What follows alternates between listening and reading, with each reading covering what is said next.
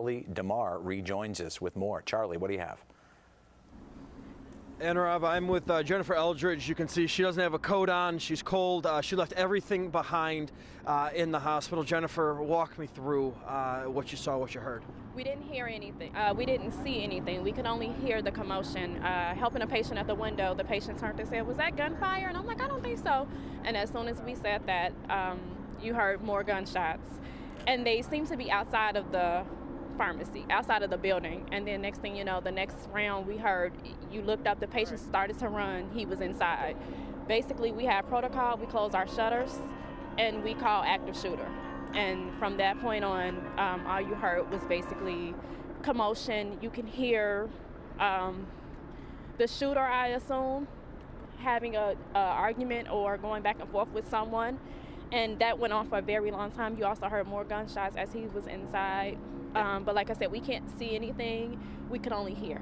And I understand you guys go through an active shooter training drill. Can you walk me through what that entails? That's the phone number that you call that's set up by the hospital, and then you are supposed to go to safety, however that safety measure in your department is. For us, it's shutting our shutters for the pharmacy, and then we have a safety net within our pharmacy. We can go in that it can't be accessed without a key. And beyond that number that you call and getting to safety, is there anything beyond that No, you guys are? Everything else is taken care of by security. Okay. They are the ones at that point that alert Chicago Police Department, and I assume that that's how this all takes place. And you said that you heard that the shooter come back in or near where you were. Did you see him? My pharmacy is right outside of the lobby area, so I never saw him. Okay. Never saw him. Only could hear.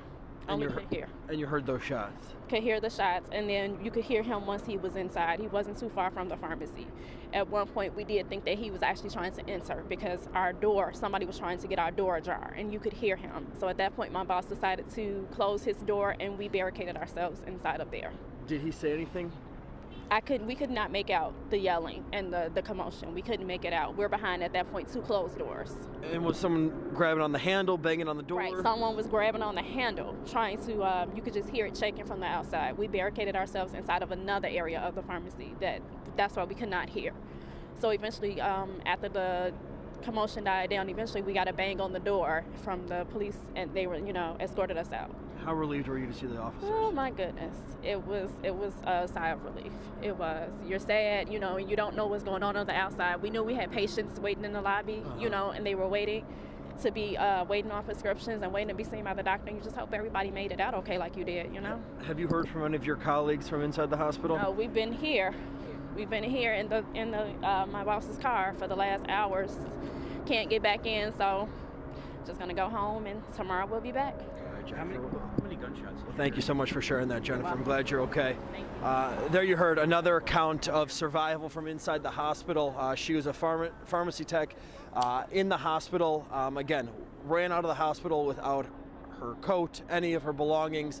As she says, the gunman banged on her door as her coworkers were barricaded in there, guys. How frightening. Oh, yes, and to hear them hiding out in her boss's car, terrifying. Okay, thank you. So Mercy Hospital employees arrived at work today without any idea that their workplace would turn into a crime scene. We spoke with many of those employees to hear what was going through their minds as the gunshots began. Charlie DeMar is live outside Mercy Hospital with that part of the story. Charlie. And Rob and Erica, from talking to hospital employees today, they tell me the words they never wanted to hear, code silver.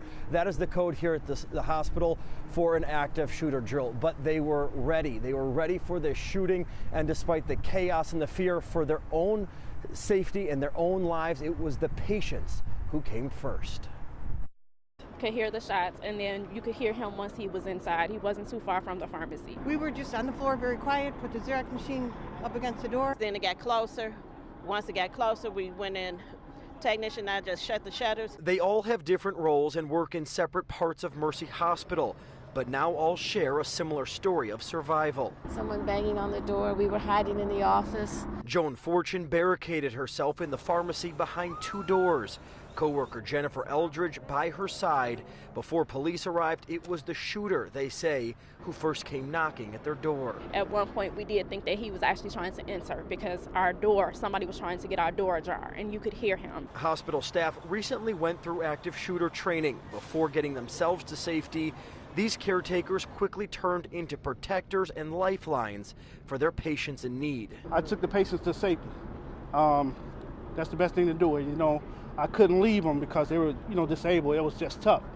I would rather put myself in harm's way than to let them get hurt. Just pop, pop, pop, and the patient, trying to make sure that the patient was okay. There were patients in the waiting room, so we got them all in the back room first, made sure they were all safe first, and then all of us workers, we all went in the back room, locked the doors, barricaded them. With seemingly no end in sight, It was an eternity. police eventually secured the building, allowing these hunkered down hospital employees to walk away from a horrific day at work. I am so grateful, so grateful. And along with that sense of relief, there was also a huge sense of sadness for the lives lost here at Mercy Hospital. We are live tonight at Mercy Hospital. Charlie DeMar, CBS 2 News, Rob and Erica. Okay, Charlie, thank you. And take a look at this. You're looking at a